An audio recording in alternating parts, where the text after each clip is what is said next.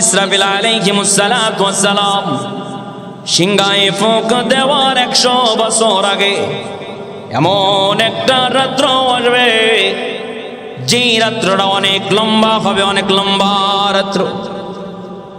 মানুষের ঘুম ভেঙে যাবে, ঘুম থেকে উঠে দেখবে এখনো সূর্য উদয় হয় না, আবার ঘুমায় যাবে, ঘুম থেকে আবার জাগ্রত হবে, এখনো সূর্য উদয় হয় না। মানুষ কাজ কাম করবে, এরপরে আবার ঘুমায় যাবে, ঘুম থেকে জাগ্রত হয়ে দেখবে এখনো সূর্য উদয় হয় না। মুহাদ্দিসিনে কেরাম বলেন লম্বা সময় পর সূর্য উদয় হবে। ইসরাফিল আলাইহিস সালাতু ওয়াস সালাম সিংহে ফুঁক দেওয়ার 100 বছর আগে ঘটনা ঘটবে। অনেক লম্বা রাত্র শেষ হয়ে যাবে, এরপরে সূর্য উদয় হবে।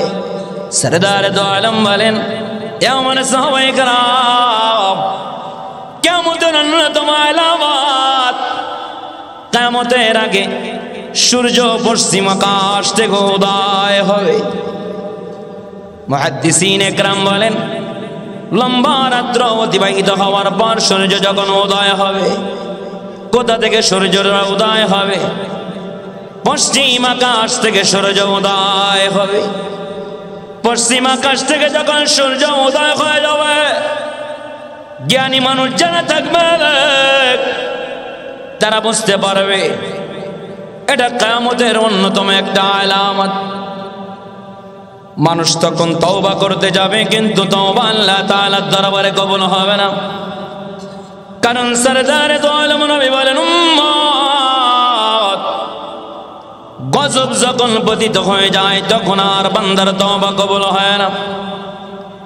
অন্য হাদিসে সরদারে দো আলম নবী বলেন তওবার দরওয়াজা পশ্চিম দিকে আসমানে, এই তওবার দরওয়াজা কত বড় লম্বা, এই তওবার দরওয়াজাটা 70 মাইল লম্বা। পশ্চিম আকাশ থেকে যখন সূর্য উদয় হয়ে যাবে ওই সময় তওবার দরওয়াজা বন্ধ হয়ে যাবে রে। ওই সময় তওবা করলে বান্দার তওবা আল্লাহর দরবারে কবুল হবে না। সরদারে দো আলম নবী বলেন রে আমার উম্মত সময় হয়ে যাওয়ার আগে আগে তোমরা তওবা করে নাও। মৃত্যু কখন চলে আসবে কেউ জানি না, আমি জানি না, আপনিও জানেন না। কার কখন কোথায় মৃত্যু হয়ে যাবে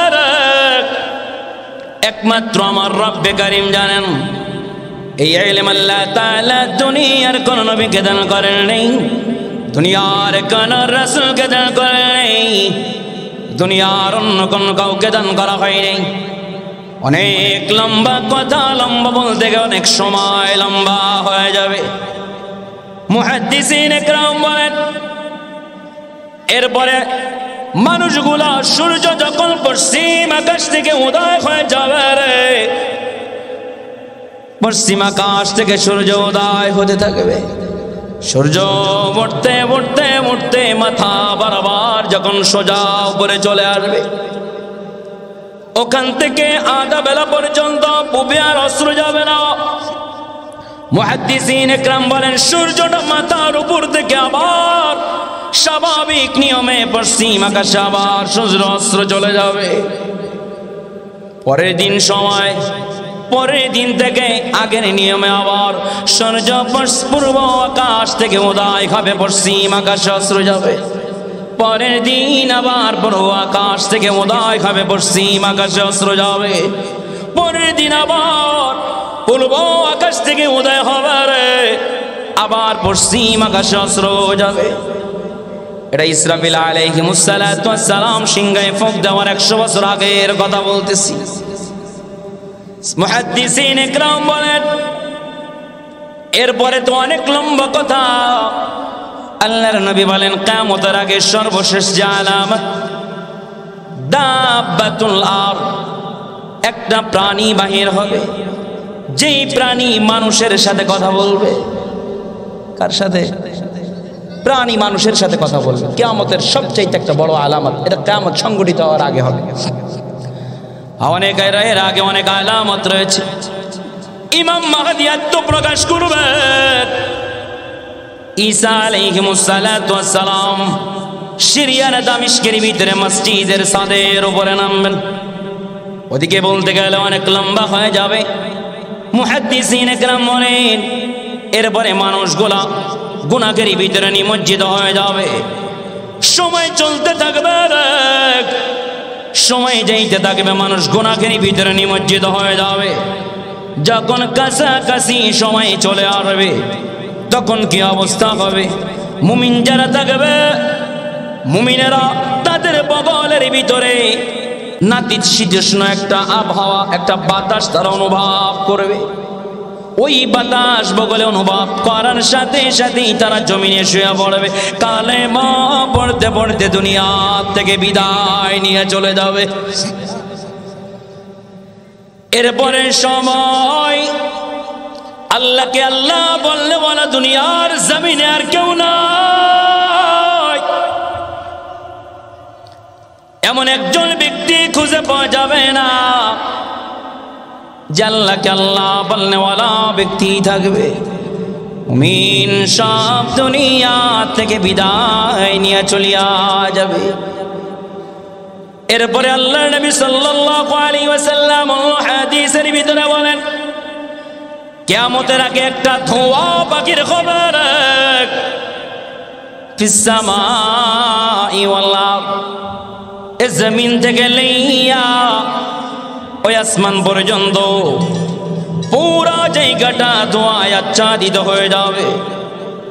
আল্লাহর নবী বলেন সাহাবায়ে কেরাম রে, এটা এমন একটা ধোঁয়া, ওই সময় যারা মুমিন থাকবে, মুমিন ইন্তেকাল হওয়ার আগে আল্লাহর নবী বলেন এই অবস্থায় ধোঁয়াটা আসবে। মুমিনদের নাক দিয়া মুখ দিয়া ধোঁয়া যখন ভিতরে প্রবেশ করবে, এই ধোঁয়ার কারণে মুমিনদের হালকা পাতলা কাশি ঠান্ডা অনুভব করবে, হালকা জ্বর আসবে। এই অবস্থার ভিতরে মুমিনরা চলে যাবে। আল্লাহর নবী সাল্লাল্লাহু আলাইহি ওয়াসাল্লাম বলেন আর ওই ধোঁয়া নাফরমান যারা হবে, ওই ধোঁয়াই তাদেরকে আচ্ছাদিত করে ফেলবে। নাক দিয়া মুখ দিয়া এত বেশি পরিমাণ ওই ধোঁয়া শরীরের ভিতরে প্রবেশ করে যাবে, নাফরমানদের শরীর গোলা অনেক মোটা হয়ে যাবে, নাফরমানেরা ফুলে যাবে। ফুলে যাইয়া শরীর থেকে ছোট্ট ছোট্ট শরীরে ছোট ছোট ফোঁটা হয়ে যাবে। ওই ফোঁটার মধ্য থেকে মানুষের শরীর দিয়া ধোঁয়া বাহির হতে থাকবে। তারা অনেক কষ্ট অনুভব করবে। এক পর্যায়ে কষ্ট অনুভব করতে করতে করতে সময় একটা এমন চলে আসবে রে, ইসরাফিল আলাইহিস সালাতু ওয়াস সালামের সিংহায় ফুঁক দেওয়ার সময় হয়ে যাবে। আপনাদের একটা জবাব আমি দিই নাই। আল্লাহর নবীকে জিজ্ঞাসা করা হয়েছিল, ওগো সরদার, কিয়ামত কখন কায়েম হবে? আল্লাহর নবী বলেন আল্লাহু আ'লাম ওয়াল্লাহু আ'লাম, আল্লাহ তাআলা ভালো জানেন। আপনারা সবাই জানেন সরদারে দো আলম নবী যখন মেরাজে গমন করেছিলেন, বিভিন্ন আসমানে বিভিন্ন পয়গম্বর এবং ফেরেশতাদের সাথে সাক্ষাৎ হয়েছিল। লম্বা কথা বলতে গেলে লম্বা হয়ে যাবে। হযরতে জিবরাইল প্রসিদ্ধ রওয়ায়াত আর হযরতে মিকাইল সরদারে দো আলম নবীকে মেরাজে গমনের জন্য নিয়ে যাওয়ার জন্য এসেছিলেন। বিভিন্ন আসমানে বিভিন্ন নবী এবং ফেরেশতাদের সাথে সাক্ষাৎ হয়েছিল।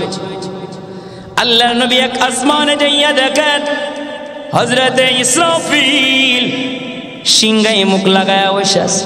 সরদারে দো আলম হযরত ইসরাফিলকে সালাম দিলেন, আসসালামু আলাইকুম ওয়া রাহমাতুল্লাহ। ইসরাফিলের কোনো জবাব নাই। সরদার দো আলম নবী দ্বিতীয়বার আবার সালাম দিলেন, আসসালামু আলাইকুম ওয়া রাহমাতুল্লাহ। জিবরাইল ইসরাফিল দ্বিতীয়বার আর কোনো জবাব নাই, চুপ হয়ে আছে, সিংহায় মুখ লাগায় উনি আছেন। আল্লাহর নবী সরদারে দু আলম নবী দ্বিতীয়বার আবার সালাম দিলেন, আসসালামু আলাইকুম ওয়া রাহমাতুল্লাহ। তৃতীয়বারে যখন আল্লাহর হাবিব সালাম দিলেন, হযরত ইসরাফিল সিংহাটা মুখ থেকে সরাইয়া সালামের জবাব দিলেন, ওয়া আলাইকুমুস সালাম ওয়া রাহমাতুল্লাহি ওয়া বারাকাতুহু। আল্লাহর নবী বলেন, ভাই ইসরাফিল, আগে দুইবার সালাম দিলাম, সালামের জবাব কেন দেন নাই? তৃতীয়বার কেন জবাব দিলেন? হযরত ইসরাফিল বলেন, পয়গম্বর, আল্লাহ তাআলা চারজন বড় বড় ফেরেশতা তৈরি করে রেখেছেন। চারজন ফেরেশতার ভিন্ন ভিন্ন চারটা কাজ আল্লাহ তাআলা নিযুক্ত করে দিয়েছেন। সংক্ষেপ ভাবে বলিয়া যায়, আল্লাহ তাআলা ইসরাফিল আলাইহিস সালাতু ওয়াস সালামকে বলেন, ইসরাফিল সিংহা রেডি করে মুখ লাগায় দাঁড়ায় থাকো, আদেশ যখন হবে সাথে সাথে ইসরাফিল তুমি সিংহায় ফুঁক লাগায় দিবা।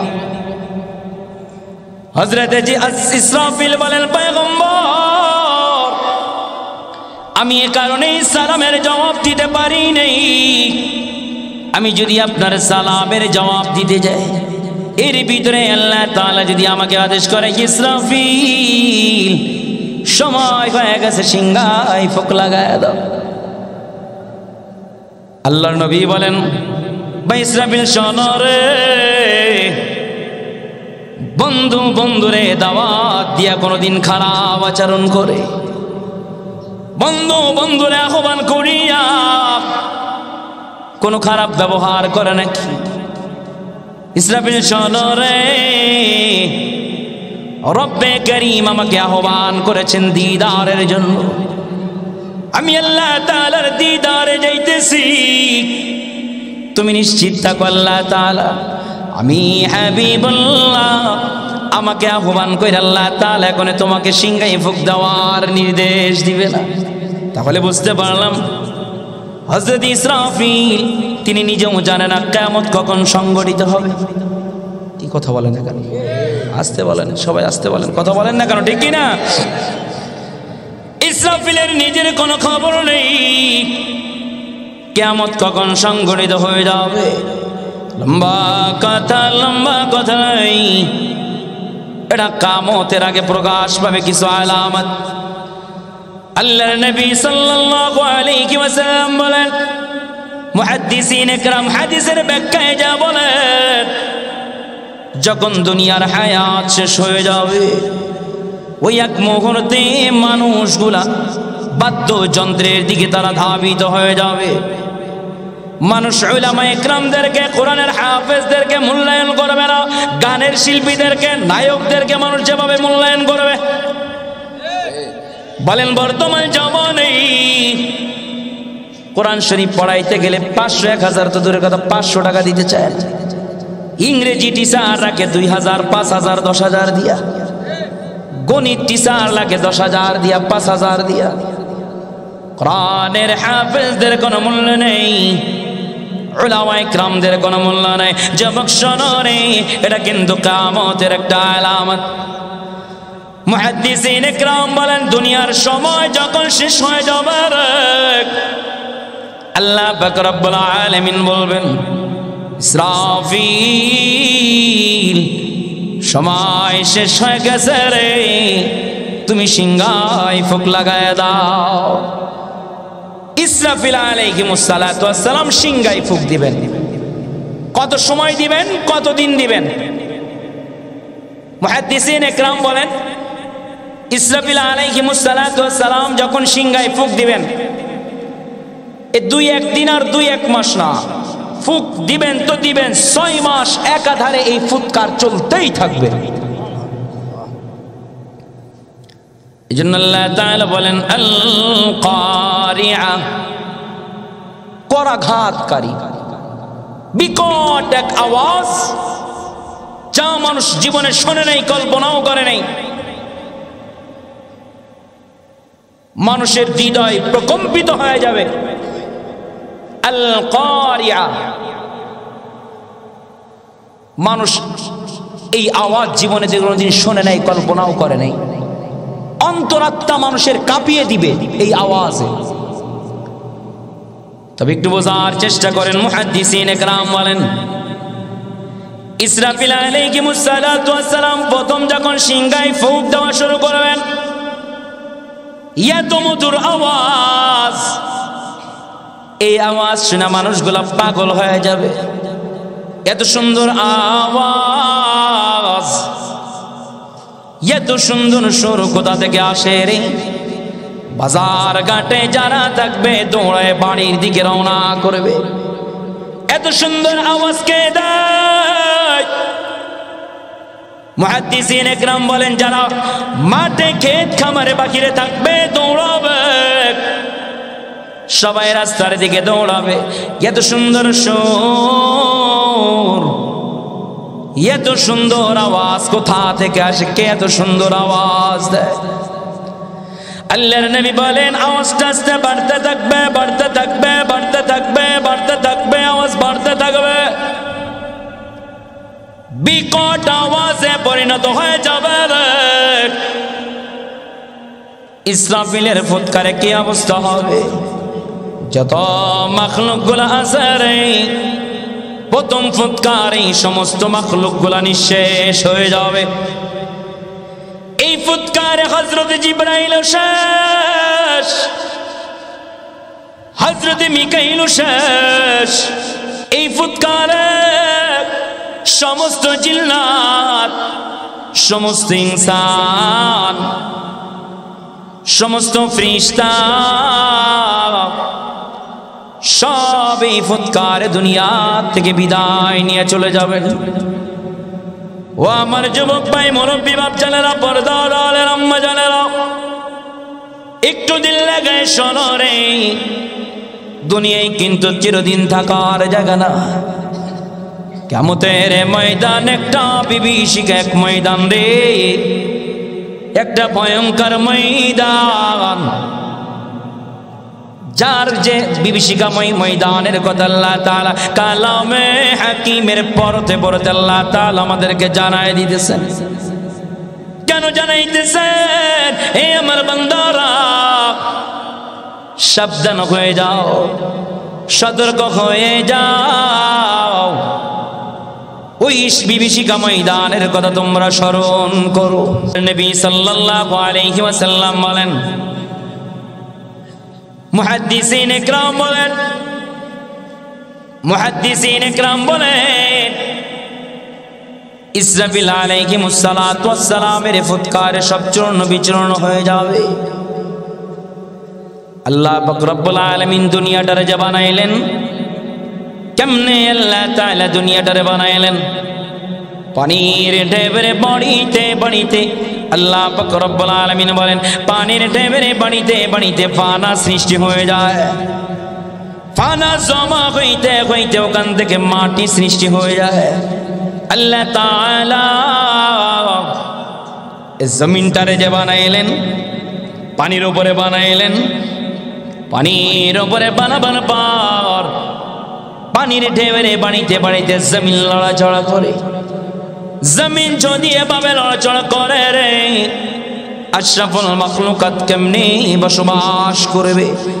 এই জন্য আমার রব্বে কারীম কালামে হাকিমের উপরে আল্লাহ তাআলা বলেন ওয়াল জিবালা আওতাদা।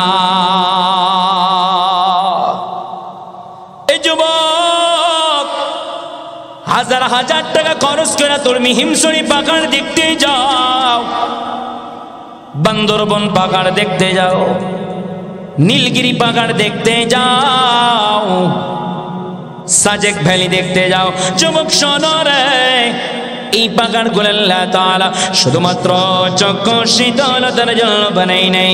আল্লাহ তাআলা বলেন ওয়াল জিবালা আওতাদা, আমি আল্লাহ তাআলা পাহাড় বানাইলাম, পেরেক স্বরূপ বানাইলাম।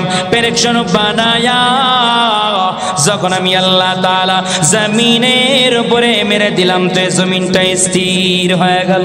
আল্লাহু আকবার। তবে ইসরাফিল আলাইহিমুস সালাতু ওয়াস সালাম যখন ফুঁক দিতে থাকবেন, ওই ফুৎকারের আওয়াজ বিকট হইতে হইতে হইতে হইতে মুহাদ্দিসিন ইকরাম বলেন দুনিয়ার পাহাড়গুলো প্রকম্পিত হওয়া শুরু হয়ে যাবে। ইযা যুলজিলাতিল আরদু জিলজালাহা, জমিন তার কম্পনে প্রকম্পিত হয়ে যাবে। ওয়া আখরাজাতিল আরদু আসকালাহা, জমিনের গর্ভে যা আছে সব জমিন বাহির করিয়া দিবেন।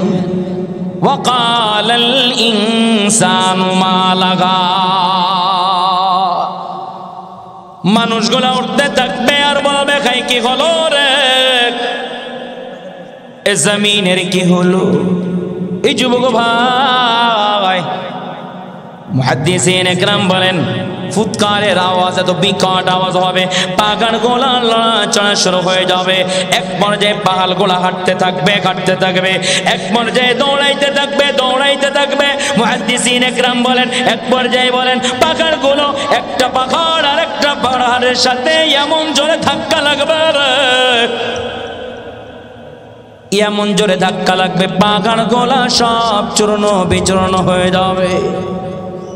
এজন্য কালামে হাকিমের উপরে তোমার রব্বে কারীমকে বলেন ওয়াতাকুনুল জিবালু কালইগনিল মানফুশ, পাহাড়গুলো সব তুলার মতো উঠতে থাকবে তুলার মতো উঠতে থাকবে। মুহাদ্দিসিন ইকরাম বলেন ইসরাফিলের ফুৎকারে আসমান লড়াচড়া শুরু হয়ে যাবে, তারকারাজি লড়াচড়া শুরু হয়ে যাবে।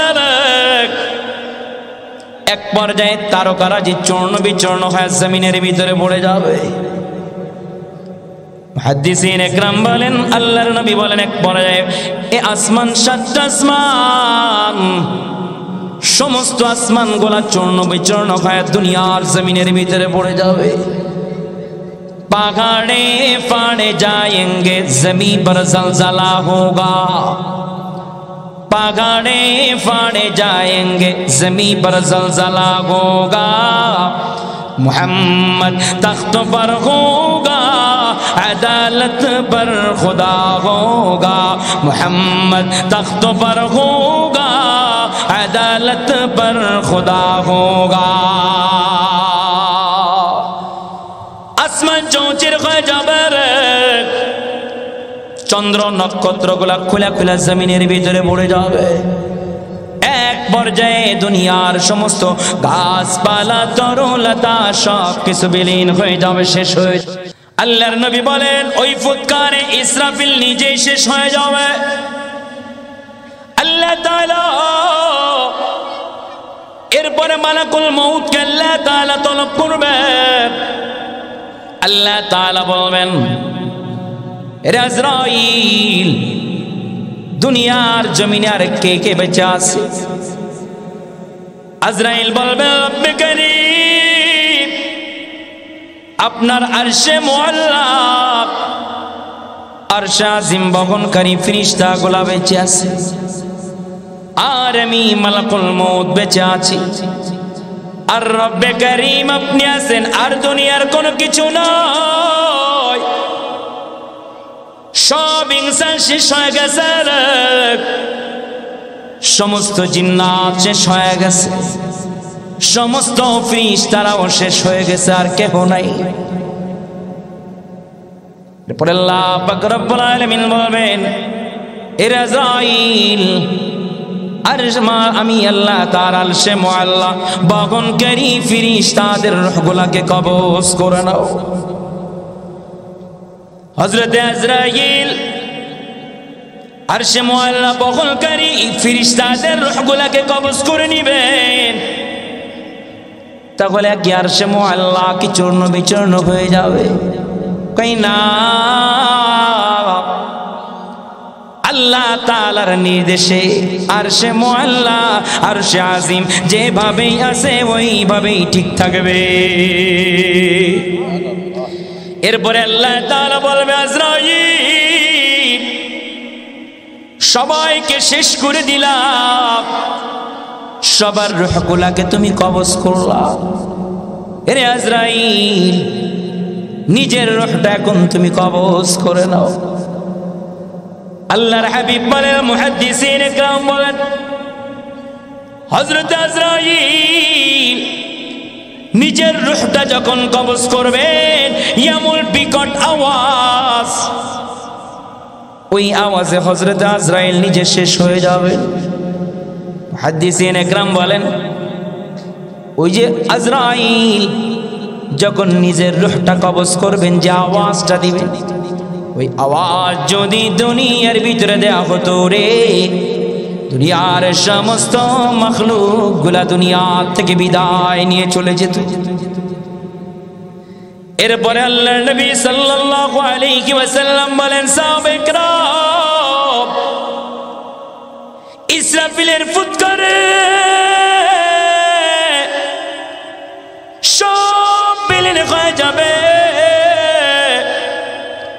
এখন কিছু নাই।